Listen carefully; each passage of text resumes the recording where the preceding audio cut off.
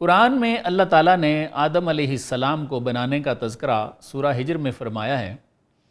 اللہ تعالیٰ فرماتے ہیں فَإِذَا سَوَّيْتُهُ وَنَفَخْتُ فِيهِ مِن رُوحِي فَقَعُوا لَهُ ساجدین، یعنی اللہ تعالیٰ نے فرشتوں اور جنات سے فرمایا کہ جب میں آدم کو پورا بنا لوں اور اپنی روح اس میں پھونک دوں تو تم سارے اسے سجدہ کرنا۔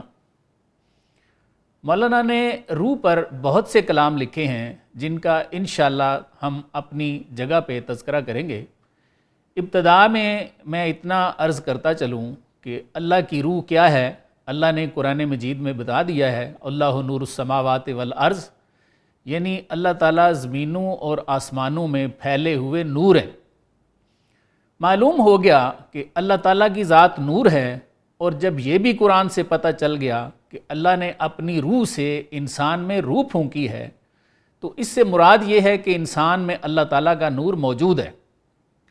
مولانا نے کہیں تو اس کو روح فرمایا ہے، کہیں اس کو نفخہ فرمایا ہے، لیکن مثنوی کے آغاز میں اسے بانسری فرمایا ہے۔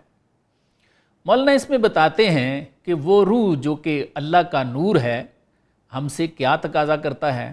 بس آپ نے یہ یاد رکھنا ہے کہ جو کچھ بانسری کہے گی وہ بانسری نہیں کہہ رہی بلکہ وہ روح کہہ رہی ہے۔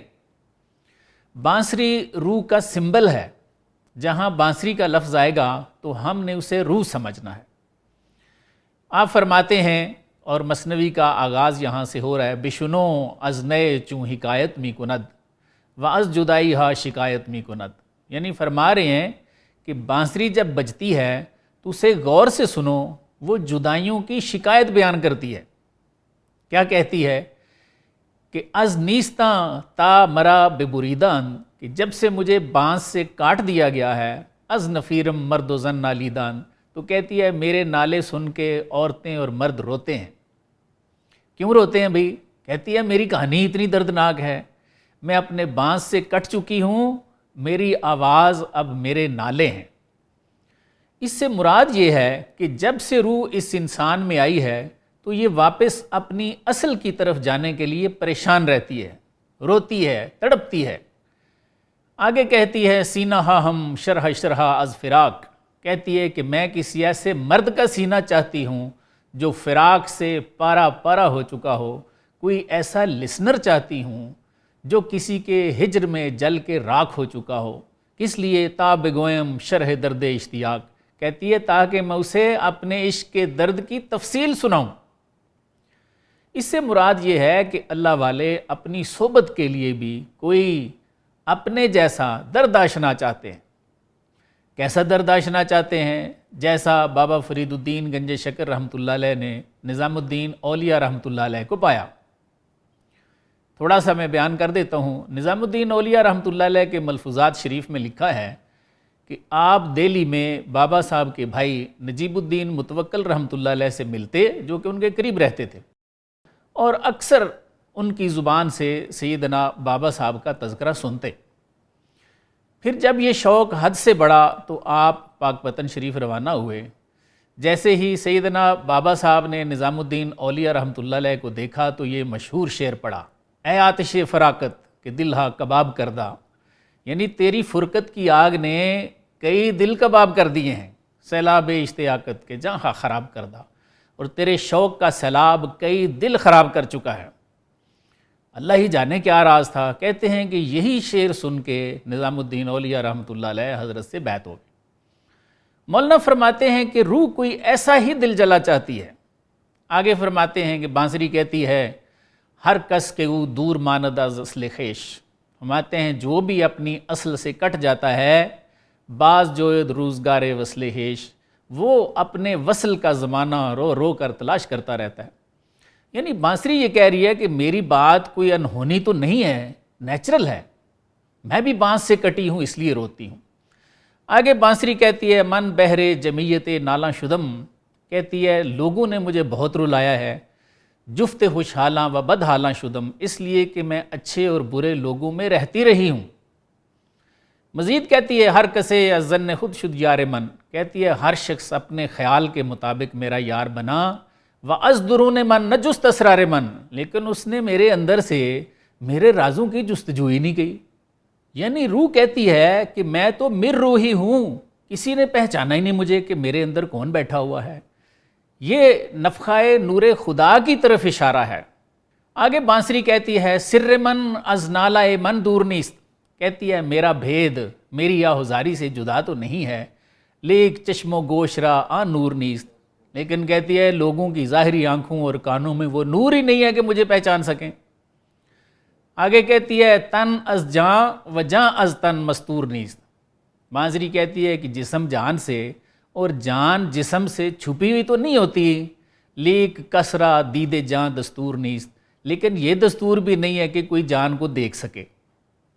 آگے مولانا فرماتے ہیں آتش است ای بانگے نئے و نیست باد، فرماتے ہیں جو بانسری یا روح کی اس آواز سے بہرہ نہیں ہے، خدا کرے نیست و نابود ہو جائے۔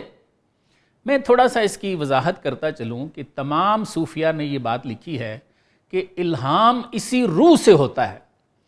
آگے اس کا تذکرہ آ جائے گا کہ توتیے کہ آید از وہی آوازے ہو، یعنی فرماتے ہیں کہ وہ طوطا جس سے الہام کی آواز آتی ہے، اندرون تست باشد سازے ہو، فرماتے ہیں اس کا ساز بھی انسان کے اندر ہی سے بجتا ہے۔ موسیٰ جاں سینہ را سینہ کند، فرماتے ہیں کہ جان کا موسیٰ سینے کو وادی سینہ بنا دیتا ہے۔ یہ وادی سینہ کون سی وادی ہے؟ جہاں موسیٰ علیہ السلام پر برق گری تھی۔ آگے فرماتے ہیں توتیاں نے جان را بینا کند، اور جان کے طوطے مولانا فرماتے ہیں کہ دیکھنا شروع کر دیتے ہیں۔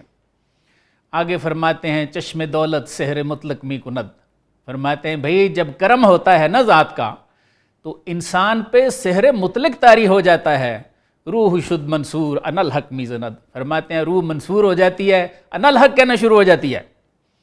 اس میں مولانا یہ بتانا چاہ رہے ہیں کہ جس کی روح بولتی نہیں ہے، جس نے اپنی روح کو بیدار نہیں کیا ہے، فرماتے ہیں نیست باد، برباد ہو جائے۔ اس نے اس جہان میں آگے کیا کیا ہے؟ کچھ بھی نہیں۔ آگے فرماتے ہیں نئے حریف ہر کے از یار برید، فرماتے ہیں بانسری اس کی ساتھی ہے جو یار سے کٹا ہوا ہو۔ اس بانسری سے پھر یاد دلا دوں، ہم نے مراد لینا ہے روح، تو فرماتے ہیں کہ جس کی روح جلی ہوئی ہے، اتنی عشق ہے اس میں، تو یہ اپنا جو ہم صحبت ہے وہ بھی ویسا ہی تلاش کرتی ہے جو اپنے یار سے کٹا ہوا ہے، عشق سے پاش پاش ہے۔ آگے فرماتے ہیں پردہ ہائش پردہ ہائے مادرید، فرماتے ہیں اس کے راگوں نے تو ہمارے دل کے پردے پھاڑ دیے ہیں۔ اس کلام سے یہ بات روز روشن کی طرح آشکار ہو جاتی ہے کہ مولانا روم علیہ رحمت کامل ولی تھے جو اپنی روح سے الہام پاتے۔ یہ اپنی داستان سنا رہے ہیں۔ آگے لکھتے ہیں ہم چنے زہر و تریاکے کے دید، ماتے ہیں بھائی بانسری جیسا زہر اور تریاک کس نے دیکھا ہے؟ یہ جو الہامات ہوتے ہیں یہ کبھی وہ کوئی خوشخبری ہوتی ہے، کبھی کوئی ڈر ہوتا ہے، یہ اس کی طرف اشارہ ہے۔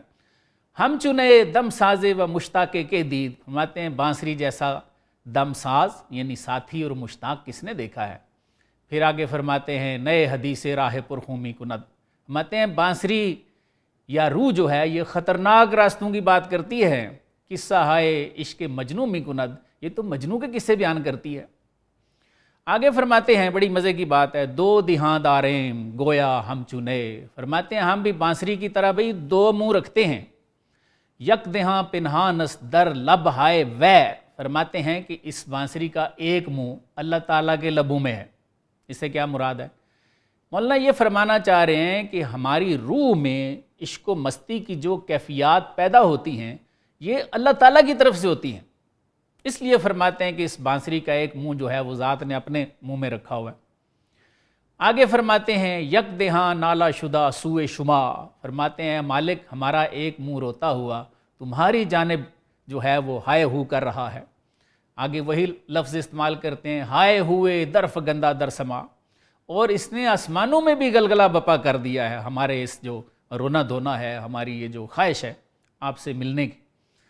آگے فرماتے ہیں مہر میں این ہوش جز بے ہوش نیست، فرماتے ہیں لیکن ہماری یہ بات صرف وہ شخص سمجھ سکتا ہے جو اللہ مست ہے۔